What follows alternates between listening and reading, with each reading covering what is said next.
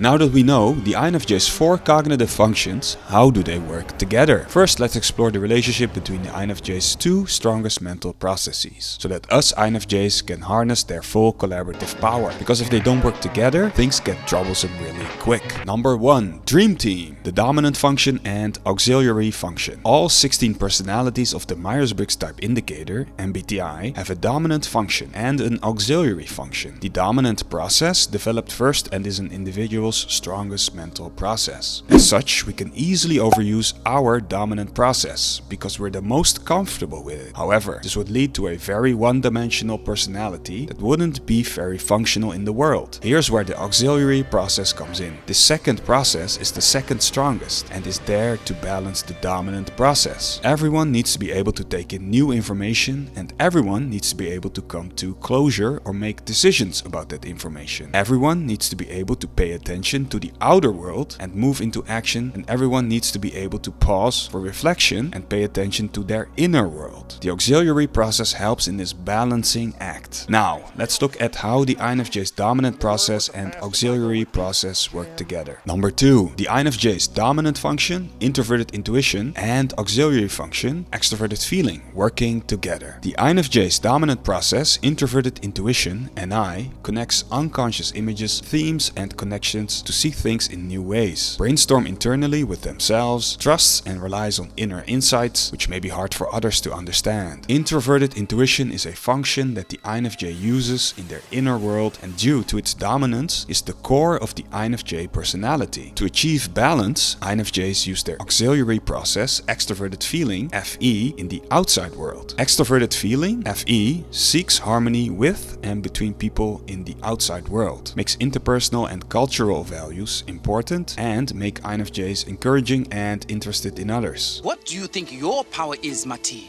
I already know. Mine is heart. I can sense you all, hear your thoughts, feel your feelings.